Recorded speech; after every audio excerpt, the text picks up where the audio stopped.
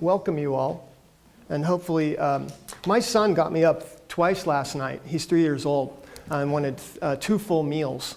So when we were talking earlier, I'm normally the most energetic guy in the world. But on 3 hours of sleep, I'll try to bring it and see if I can keep you all sort of engaged with what we're doing. What I'd like to do is that generally for the last 2 years, I really talk about promoting the institution. I talk about new frontiers and horizons for the students that are already imagining it, right? We're educating them, in essence, for careers that don't exist yet.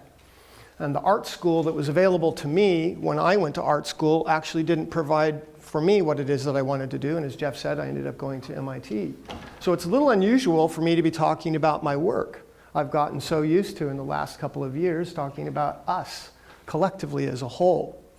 So what I'm going to do is, rather than just dive directly into sort of the nosebleed section of the technical part of my projects, I'm going to give you a bit of a tour of history, how someone like myself, which is nearly a fractal of all of the other students that we're teaching, how we emerge, where we come from, how we begin to think what we think, what are the decisions that we make, and how we end up deciding to choose the creative path that we do.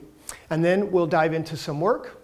And the work hopefully will be interesting enough. After 30 years, it's a little hard to select out just a few projects to talk to, but I hope you all enjoy it. So again, this lecture is called The Art of Emulation, Pioneering Telematic Frontiers in the 21st Century. So some personal history, some academic history, some research background. So clearly you all know that I'm at York and I'm dean. We just changed the name of the Faculty of Fine Arts a couple of years ago to the School of the Arts, Media, Performance, and Design. But I've spent quite a bit of time at various Research One universities in the US, from the University of Washington, University of California, Berkeley, University of Michigan, et cetera, and of course MIT. God bless you, I think I heard someone sneeze. On my research background, I have exhibitions that I typically don't show in a gallery. You won't see anything that goes in an art gallery. You only see museums and museum commissions. I don't make a distinction really between that, but because the nature of my work really needs to reside in those kinds of places. So I recently completed a project for the European Capital of Culture in Guimarães, Portugal. I'll talk about that work as well. Another project at the Schneider Museum, which is for the International Astronomical Union. I've done projects for the Winter Olympics, the American Design and Architecture Triennial in New York, the MIT Museum, the Deutscher Künstlerbund, and Documenta. I have clearly, it's emblematic of a polymath. So research funding from a wide range of industries and governmental agencies, including the National Science Foundation, National Endowment for the Arts, Hughes Aircraft, Newport Klinger, IBM. I think it's important to talk a little bit about where I grew up and how I came to my practice. I was very lucky. My mom and my dad were, my father was an actor on Broadway. He worked for Moss Hart and George Kaufman, and a very distinguished career. World War II intervened though, and he ended up in the Navy and fought on Saipan and Corregidor and Iwo Jima. He saw some really rough action. My mother was a symphony cellist. And was recruited into intelligence, actually Canadian and US intelligence during World War II, and lived both in the US and Canada during the war. When they came back, however, from the war, most of what they were familiar with was gone, and they were recruited actually to develop television. So my parents were television producers. They were producers of the Grand Ole Opry in the US, a much beloved television show. And I delighted as a kid growing up on the floor of a television studio. My parents basically encoded people's dreams, their imaginations, their voices, their movements into some sort of electromagnetic force field, and then they would transmit that thousands of miles away to be decoded. Their agency could be stored on magnetic tape and replayed again and again. As a 4 or 5-year-old, I actually thought my parents teleported people. And you can see in my own work in just a minute, you'll see that that didn't, that idea persisted for a very, very long time. So growing up on the floor of a television studio, and especially around a lot of luminaries, like Johnny Cash and Patsy Cline and Elvis Presley, it was a lot of fun. And my parents were then recruited to go to the Ozarks, which is where I was born, to develop the Ozark Jubilee, or we just called it the Jubilee. It's sort of the very first version of MTV. It had multi-camera shoots, it had analog synthesizers, the country western stars and the pop stars all had crossover music to a different chart. My father's over there behind the boom. I found it really interesting that you could find these things on the internet. You can still see my dad's playbills from when he was in New York. And as I began to develop as a kid in this family, I started having, let's just say, increasingly creative impulses. So they were very careful about that and made sure that I had good creative and artistic training. But at the same time, the entire world, especially in the US, we were swept up with the zeitgeist transformation that you saw around the moon landing. And what began to happen for me is that those impulses as a child around teleportation and the notion that humans could be in real locations remote from their true location, such as in television, right? That you could be here and there at the same time, started to foment. But because of my, I'll just say my predilection for being able to make images and objects, et cetera, they decided, and we did collectively, to send me to the Kansas City Art Institute. And in the US, that is one of the very best art schools in that era. Dennis Hopper, Walt Disney, Robert Rauschenberg, all of them went to the Kansas City Art Institute.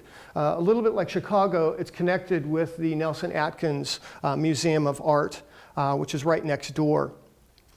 And in my first year of art school, they began to realize that I was not very motivated in terms of my drawing practice. I felt like I sort of already had that down. And what they often did with the kids who were a bit of the problem students, they had a solution for that. Now, in 2015, this may sound a little harsh, but this is art school in the US in the early 80s. They took about 20 of us and they put us in a yellow school bus, and they drove us about 300 miles into western Kansas. And they gave us an art bin box, meaning enough stuff to make our artwork. They gave you a big box of food, and they gave you a 3-gallon jug of water, enough for 6 to 12 hours in the blazing hot sun.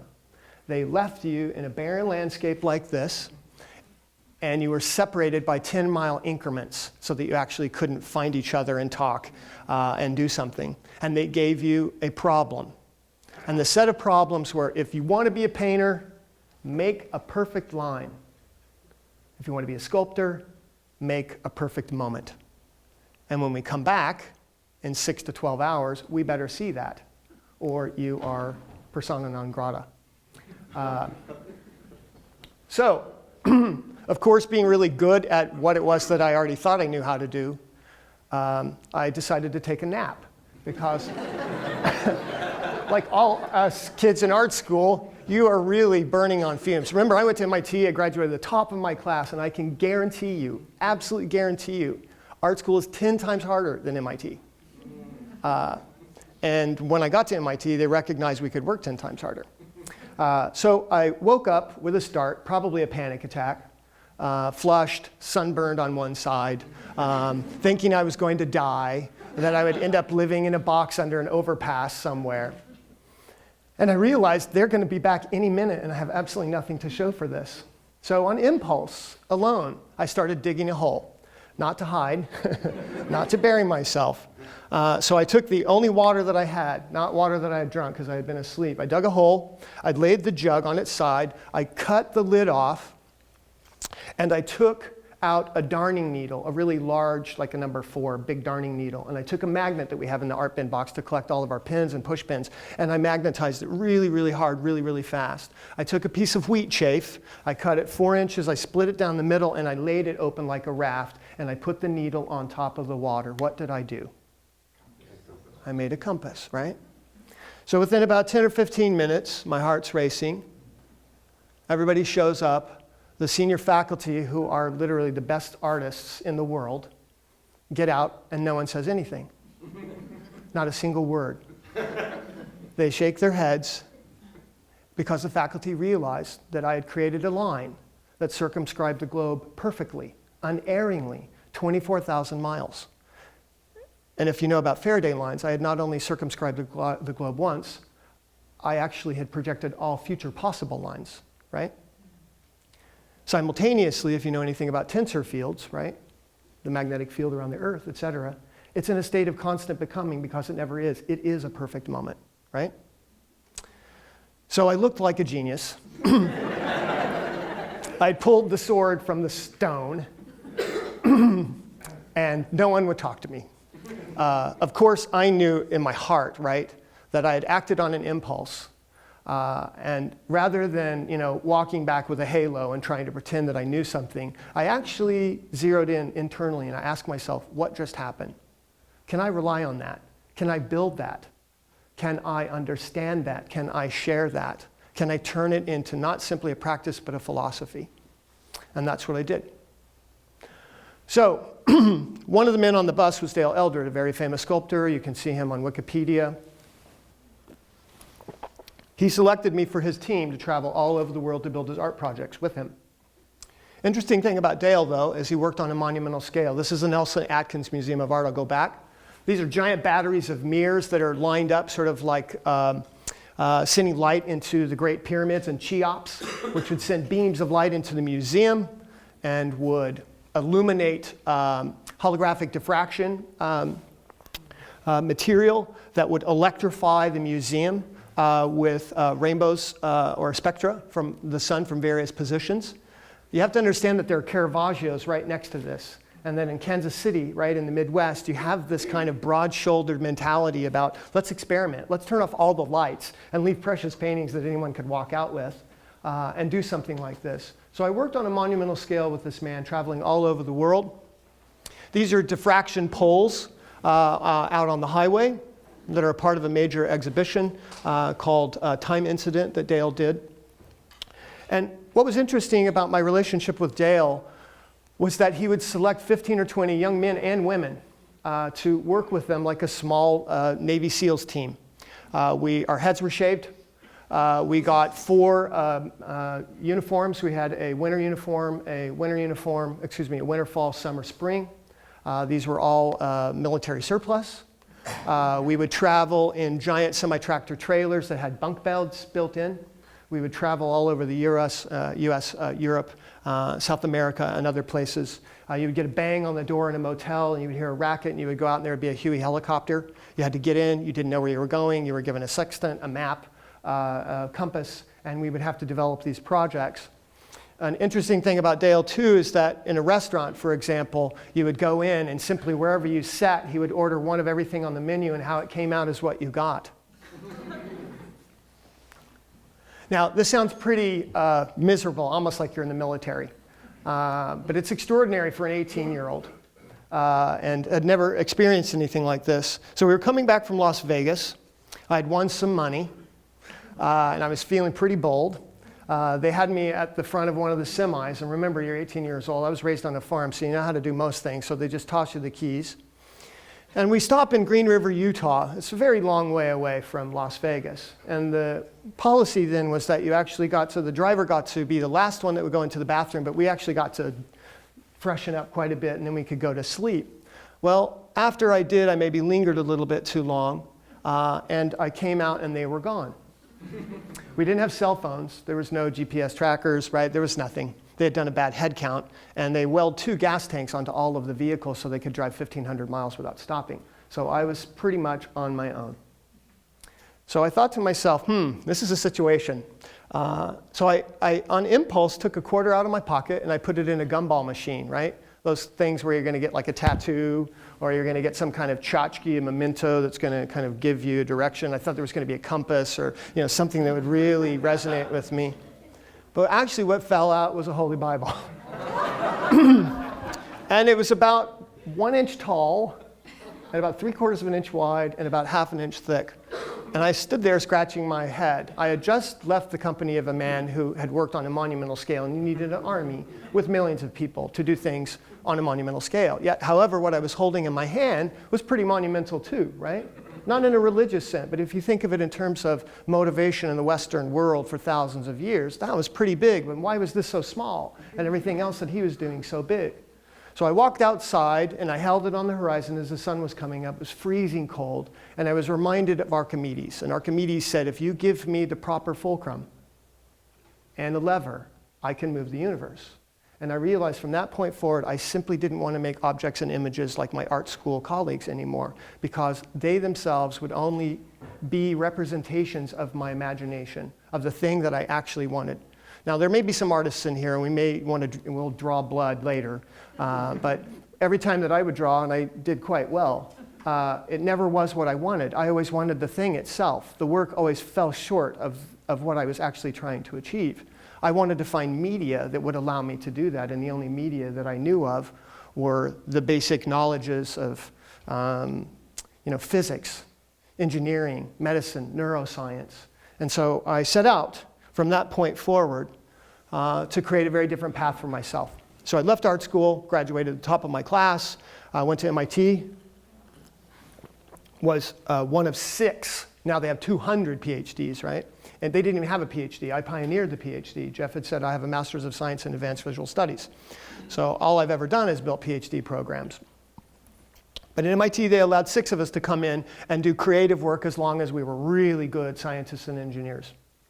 And luckily, the Media Lab was a booming place, was an innovative place that allowed for the intersection of art, engineering, science, humanities, philosophy, social science, et cetera, to come to a creative nexus.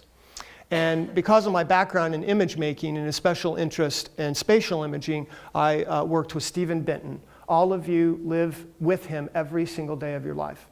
If you open your purses or you open your wallets right now, you'll have holograms on all of your credit cards, right?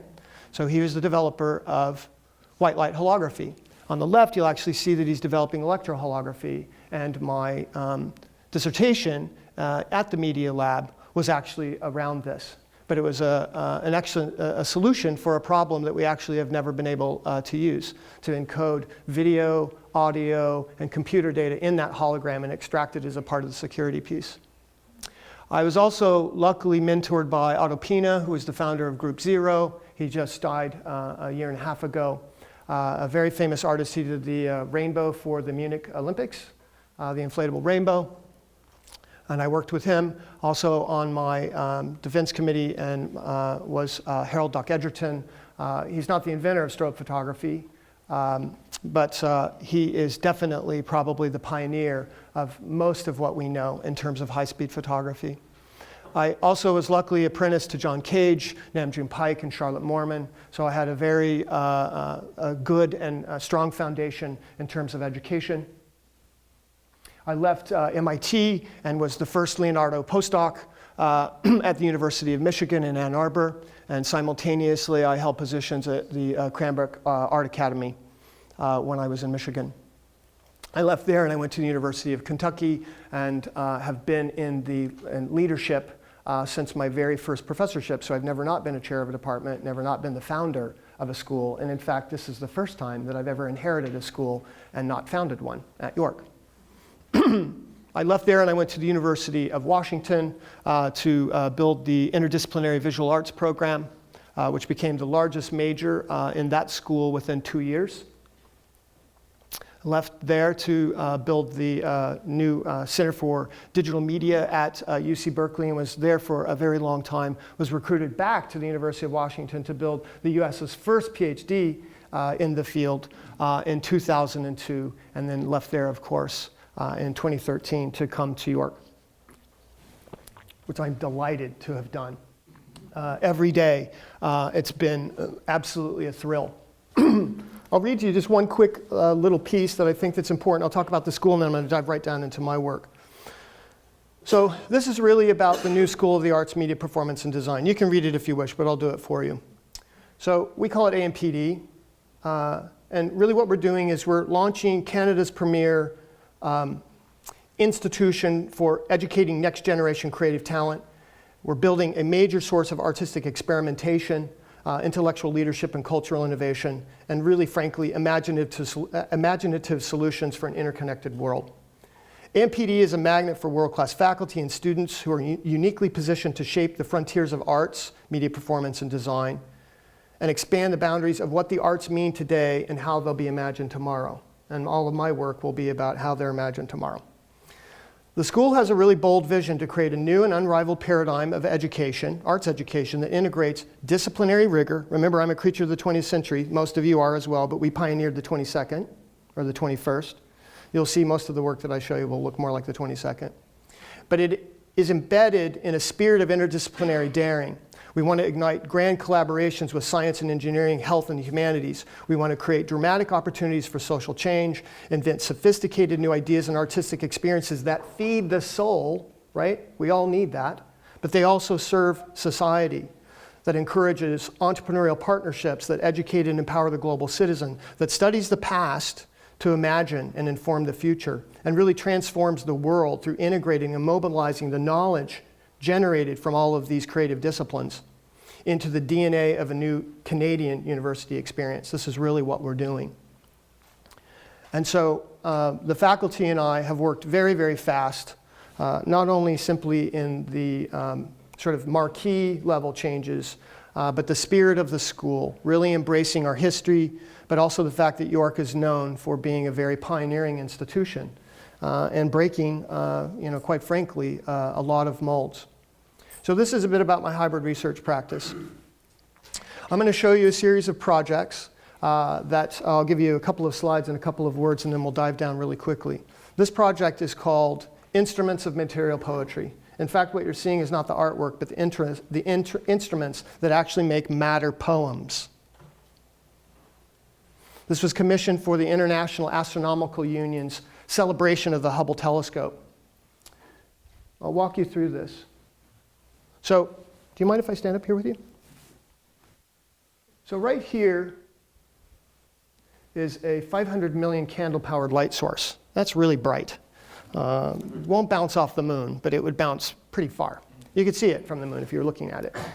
We focus that down through a series of lenses into a very big lens, and then focus it to a tiny pinpoint at the center of a glass flask. That glass flask has had all the air removed. It's a pure vacuum, 4 times 10 to the -4th torr, right? If I went into outer space with you on the space station and we grabbed some vacuum and brought it back and measured it, that would actually be a lot better than what you would find in outer space. At the center of that flask is a piezoelectric transducer, a loudspeaker basically, that's at the bottom. Inside of the flask, since there's no air, I've filled it with graphite particles that came from a series of drawings and writings, creative writings about the project itself. What we do is we send an electrical pulse to the speaker, we blow it up, particles fly into the space, slam into the light, right? I'm going to back up a bit, talk a little bit about photons. Photons have no mass, right? But they can impart their kinetic energy to anything that they strike. If it's a reflective surface like a mirror, it will actually strike at twice the amount of pressure than it would on anything else that would absorb it and then release it as a photoelectron. So what I've done is I've created a light source that actually creates a new gravitational field for these very small particles. But I've upped the ante a bit. Inside of that light source, there's electronics that go downstream. I'm actually speaking my word into the light, and the light is amplitude modulated like an AM radio station, which means the gravitational force that the particles feel is actually my force, right, of the words. As the particles spin, they send off a reflected beam of light, a little bit like if we had a mirror that was flashing and you would actually pick up the light. And then the light is picked up by a series of detectors right there, and converted via diachroic prisms into various spectra, and then converted from photons into electrons and electrons back into spoken word. Now, you've got a work of art now that's simply using the interactions of photons with electrons and matter, right? That's really small to actually create something that's very similar to a galaxy or a solar system. You'll see some video in just a second. The scattered light, however, off the particles is spinning off of a reflective surface. And those of you who live in downtown Toronto like I do, we hear fire trucks all the time. And they Doppler shift, meaning as they're coming towards us, the frequency of the sound of their siren goes up, and when they leave, it goes down. So you have hundreds of thousands of particles spinning, right, at different rates, just like a planet would, and actually Doppler shifting the voice, right, and creating an eccentric choir of words that is used to actually levitate the particles in the center. So this is a stereo image. I don't want everybody crossing their eyes, so you'll probably get a headache. And this is not a time-lapse photo.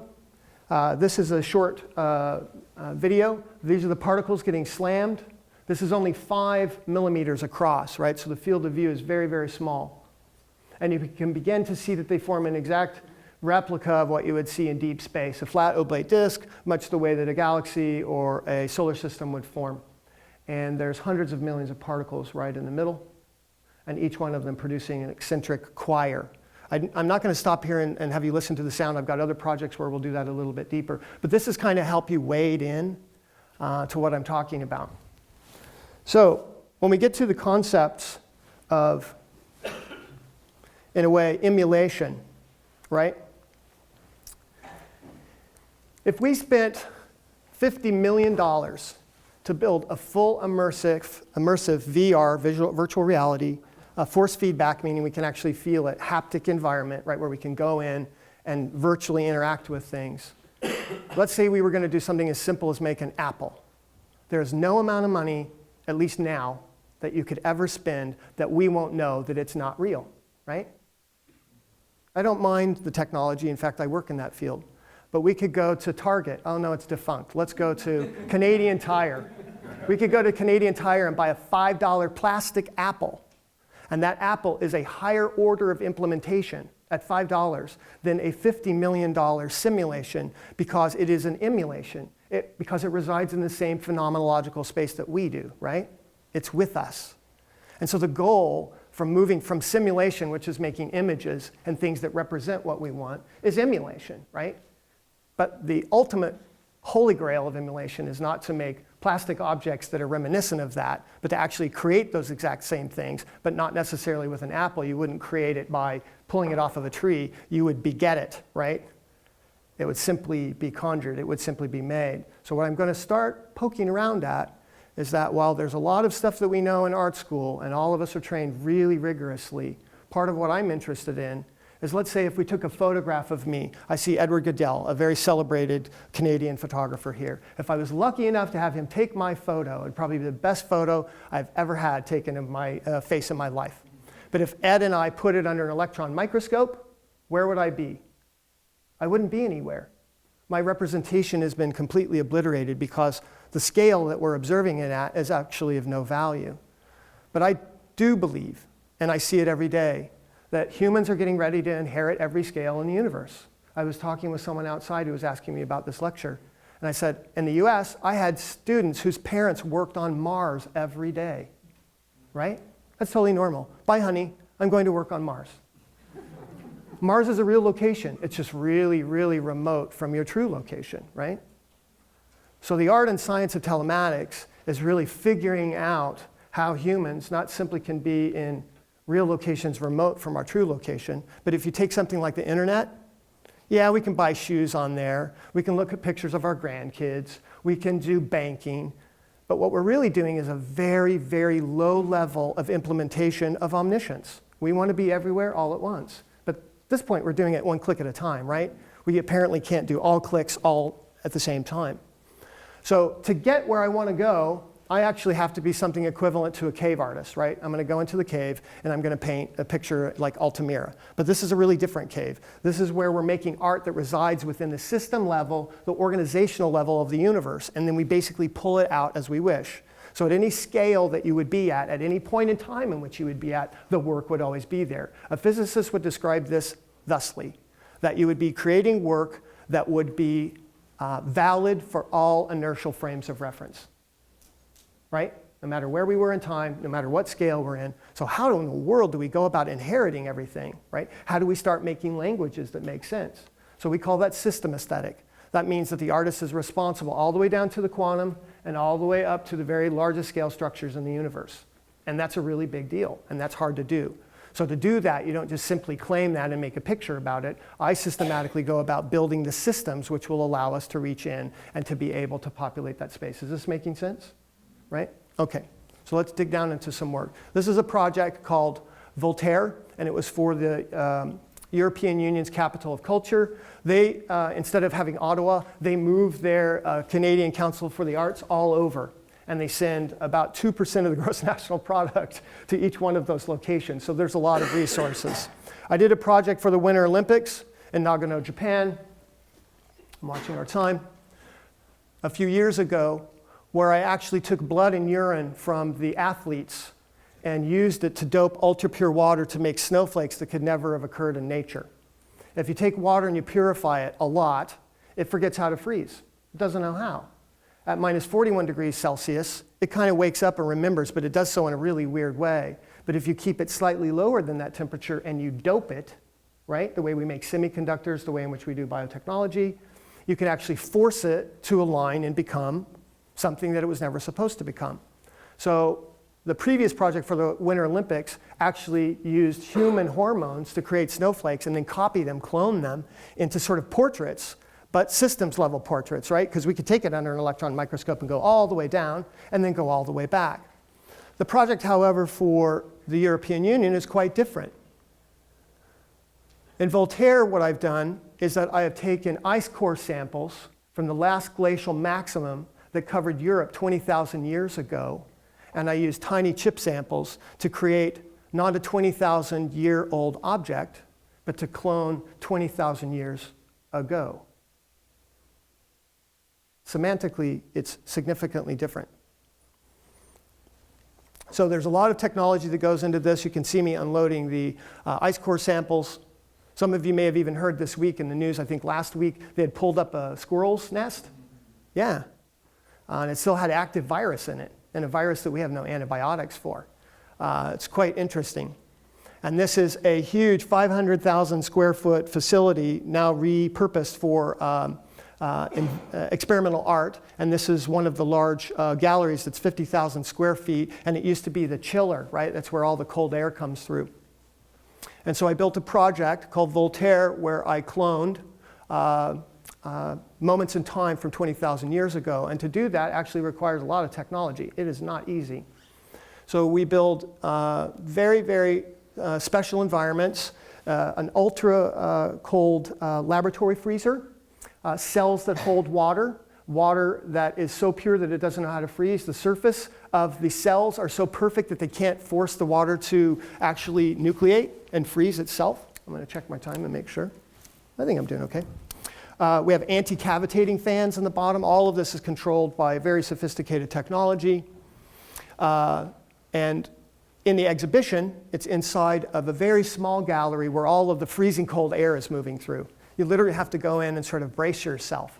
You're not sure if the space is moving or if you are moving.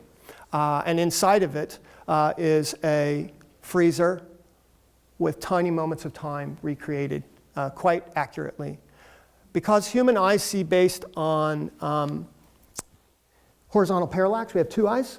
When you're looking at an ice crystal with one eye, you kind of have to go like this to sort of see all the particular color changes, because the ice crystals themselves, that could never be made in any other way, produce brilliant colors which show the elastic stress against the material that's being used, the ice core sample, and the material that's being used to copy it. They don't match up perfectly. It's like two Xeroxes that are at 98%. As we start blowing them up on a Xerox machine, they look pretty similar, and then all of a sudden they get really far apart. So each one of the panels actually moves softly left to right, because there's a high definition video camera that sends it to the internet and allows everyone to, of course, be telepresent inside of the project. These are what the crystals look like. I'll show you a video in just a second.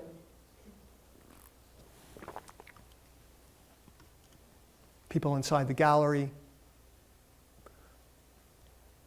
And the previous project for the Winter Olympics, we actually cloned the clones. Heisenberg's uncertainty, I'm a twin, so I know what cloning a clone is. But Heisenberg's uncertainty principle doesn't allow it to be perfect, but oh my gosh, they are really, really close.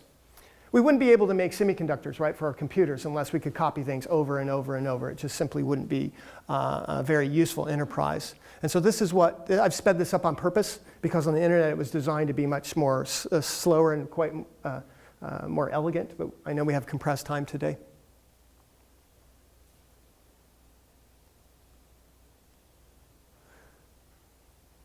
couples holding hands, bracing, because they were literally being blown over. The only way I could take photos of the entire exhibition was actually at the after party because there were so many thousands of people there that you really couldn't even see the work.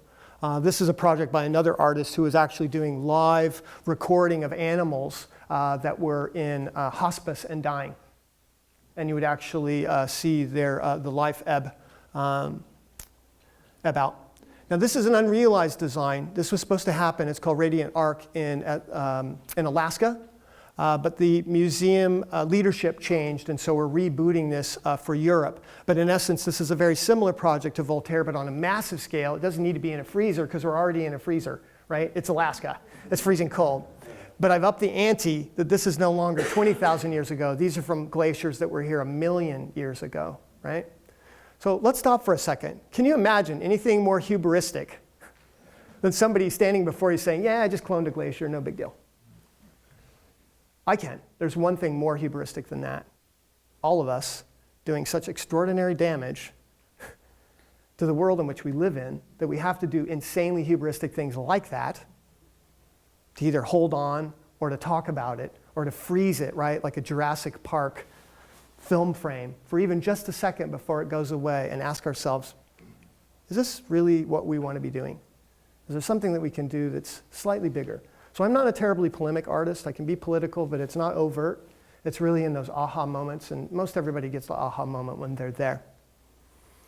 So these are the designs for the project. It's also quite interesting because it has an iPad. It's got a custom natural motion haptic iPad application, so you can actually be anywhere in the world and scale it. Like it's 350 feet long, so I've only got 35 feet, so as you walk by it, it's there with you, and then you can zoom in. Because I don't like going like that. That's not natural. This is natural, right? Cinematographers do. This is natural. This is what we want to do. Now you can see that the ice crystals look a little different. The compression of the lattice for 1 million years old is much farther down. And when they actually emerge, they're quite different. But these are clones, 3 clones of the same crystal. And I won't spend too much time sort of going over it. Another project, and I'm going to start rushing through these to sort of hit you, pummel you with this universe that we're beginning to explore. This is a project called Altamira, and it was created for a project in Philadelphia. And when you were a small kid, maybe you still even do it, you know when you press your hands on your eyes and you get those incredible light patterns? Those are called phosphenes, right? You're liberating sodium and potassium ions that cascade down the optic nerve. Your brain sees a bunch of stochastic information and then tries to organize it into something that resembles what you're familiar with, right? So we see it and perceive it as light. Now, for 200 years, Benjamin Franklin, Purkinje, Alexander Volta had done experiments themselves. They had phosphine parties, right, where they would generate this. And so I became really interested in a paper that I had read by Max Knoll, who is the inventor of the electron microscope that we had just talked about previously, in Germany in the 1930s. And he had a theory that in the womb, the pressure of the amniotic fluid actually produced phosphenes in the fetus, and part of our sense of aesthetics comes from being pre-primed with a kind of experience. So when we hit the world, we start seeing things. Oh, we like things in threes. We like them ordered this way. We have a kind of a pattern. Over history, we've actually seen these things repeated, so it's not just unique to a particular point in time. But I wasn't interested in doing it electrically. I wanted to find some source in nature that might actually allow us to have communion with this deeper thing. I spent years looking for it, never found it. Almost gave up. I was at MIT, walking down a hallway at a conference, and out of the corner of my eye, I saw a chart of pulsars. And normally we see them as data, but they actually had them as an analog waveform, and it immediately hit me. I was like, there it is. So I had friends at Haystack and at the Very Large Array and New Mexico send us signals from the Crab Pulsar, the Crab Nebula, which is in the constellation of Taurus. Let's see where you are, my friend. Any astronomers in here? Yay, let's see, I get this right. Usually it's right there. There's the Pleiades, right? And there's Aldebaran. And the Crab Pulsar basically is a collapsed star, right, with a dense magnetic field, rotates violently in space, and the beacon of that radio light comes to Earth. Could have gone anywhere, but it comes to Earth at around 30 times a second. So it's not only a pulse period, but it has a particular signature to it, right? A pulse width. And in that signature, we actually repurposed it to create a device like a Walkman, right? Or an iPhone, cell phone. And you actually have 2 electrodes right here and 2 electrodes right here. And you dial up and wet jack into an object that's 25 million years old. Because it's not a picture, I can't show it to you, because it only exists in the mind's eye of the viewer. However, we're really good at computer modeling, and this is what it looks like in your brain. Everyone or some? Very closely to the largest majority of us. In fact, Max Knoll figured out the science behind replicating certain kinds of patterns as long ago as the 30s, right? If you read Deutsch, it's in the Zeitschrift for Psychology in 1933. You can pull it up in the library and actually read his paper. So what we're doing here, though, is we're actually multiplexing stars, right? So it's more than one star, right? Or in essence, a pulsar. So they're being combined and combed and then sculpted and shaped. We're going to get to the video in a minute. I'm just getting everybody primed. This is roughly what it looks like. And the beauty of it is that we're actually creating a work of art, right, that is for who we are, who we were, and who we'll become. Because this is 25 million years old, but it's actively living inside of you now. And our technology is allowing us not to create a picture of it, but goes right in. And I have to admit, it's really intoxicating. You don't want to stop. It's a very good time. The next version of it will not be just a set of gray glasses with electrodes, but a Gonsfield, a domed room. And the domed room will be ringed with lights underneath, and the lights will actually oscillate 180 degrees out of phase, so it sort of knocks the room out. And as you stand there, you will be able to look in all directions.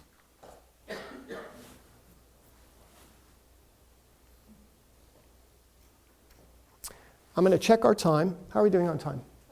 5 minutes. 5 minutes. Yeah. 5 minutes left total? No, and then Q&A. 5 minutes and then Q&A.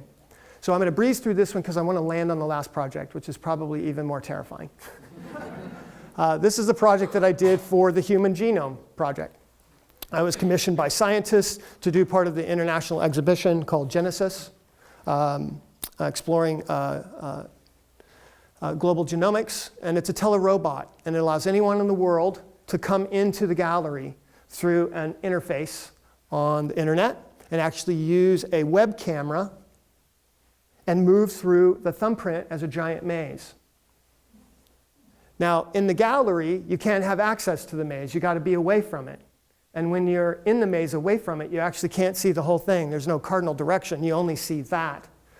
But what's interesting is that at every point in the maze, you're allowed to leave behind breadcrumb trails, which are memes. They're information genes. You can leave video, you can leave audio, you can leave text, you can leave GIFs and graphics.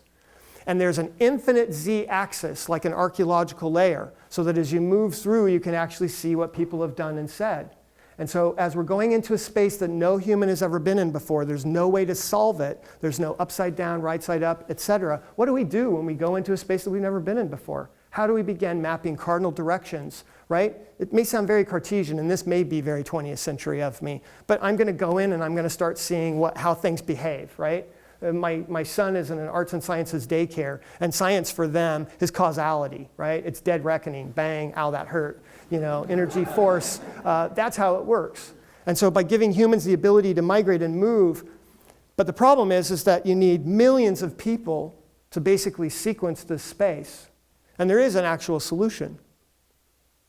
And you can see from the way in which we map, you've got millions of users leaving behind breadcrumb trails or memes. So it was traveled a lot. And I'll get to the interface for you really quickly. So the cinema layer, ATGC, this is how, remember this is 2000, so it was developed in 1998. The Winter Olympics project that I didn't show you actually had live streaming video before there were even codecs that were commercially available, right? This is what artists do. This is what we will do to get to the project that we want. And this is your screen for navigating. These are your cardinal directions. And then you have a z-axis where you can go down infinitely. People created the most beautiful films, poems. There were people who were psychoanalyzing the memes that were left behind. Cities emerged, right? Information nodes that became the outpost. of the environment. There's quite a long video on my website which shows the construction of it, 4 custom languages, computer languages, more than 8,000 parts. It's a lot. It ran for 3 years flawlessly. Millions of people left behind information genes. The last project I'll show you is called EON. And it uses the strange and mysterious phenomena of sonoluminescence, the ability to create basically light from sound waves in liquid. Physicists don't know why it happens. We've been able to do it for 80 years. But if you send a shock wave of sound into liquid and you focus it enough, it'll create a burst of light. Normally in a physics laboratory, any of you who've studied physics, we've been doing this for about 80 years, but we do it for picoseconds and then we measure it. So I figured out how to do it 365 days a year, 24 hours a day. And we send huge, huge sound pulses from 2 piezoelectric transducers on the top and on the bottom. We create an hourglass force field in the middle of 1,000 milliliters of water. And that force field, in the shape of an hourglass, crushes to a tiny infinitesimal point. I send an electrical current through, I break apart oxygen and hydrogen, oxygen bubble drifts up to the middle, and it can't get out, right? And then I start slamming it as fast as I possibly can, about 50,000 times a second, and the radius of the bubble gets out of phase with the gas on the inside. Light leaks out, and if we put that light through a prism, the prism would actually not have hydrogen and oxygen, either emission or absorption lines. We can do it 2 different ways. That light is coming from somewhere that's not there. So then I allowed anyone in the world who had access to a keyboard that could use English, a Romance language, to convert effectively a tweet, about 150 characters, into spoken word. Your spoken word begat the amount of pressure, right, on the cavitating bubble, and released light that came from somewhere that nobody knows and was converted back into spoken word. So now we're really reaching into places. Could be scary. I could be putting my hand in some place that's going to get it burned off, or something dramatic could happen. Don't think so. But now humans are no longer working with light, turning it off and on. We're begetting it, right? And it actually is begetted from a position or a point that's far more interesting for me. High-powered stereo microscopy gear. We'll send it out to the internet. Allows for the museum visitors to actually wear 3D glasses and walk into the star itself. And this is very, very small. And this is about 50,000 times a second slowed down. It's a lot to digest. And this is only 5 projects out of many dozens. It doesn't include the stuff that I do for governments. It doesn't include the stuff that I do for businesses. But I am really bullish. Like the new art school, right? Not our grandparents' art school, not the one that we went to, but the new art school. I'll give one last anecdote. I stopped carrying plastic, polymer, or paper money about 5 years ago because I had this idea that when I used to give money to someone for something, I actually had a concrete transaction, right? I'm giving you something for something that's of equal value. But if you remove that, it typically happens virtually. You never feel it anymore. And so at what point does the transaction occur? The transaction actually occurs at motivation, right? Simply because I want it, and if I have the resources, I have it. Now, what's the arbiter, right? What arbitrates that transaction? It's going to be all of the arts, right? You're motivated by images, by video, right? By sounds, by words, all of those things, right? They are becoming the currency of how we, in essence, interact with our future. So there's quite a bit more left to talk about. I'd be delighted to entertain some questions. Jeff, you're welcome to moderate, or I'm welcome to just take them on from the floor.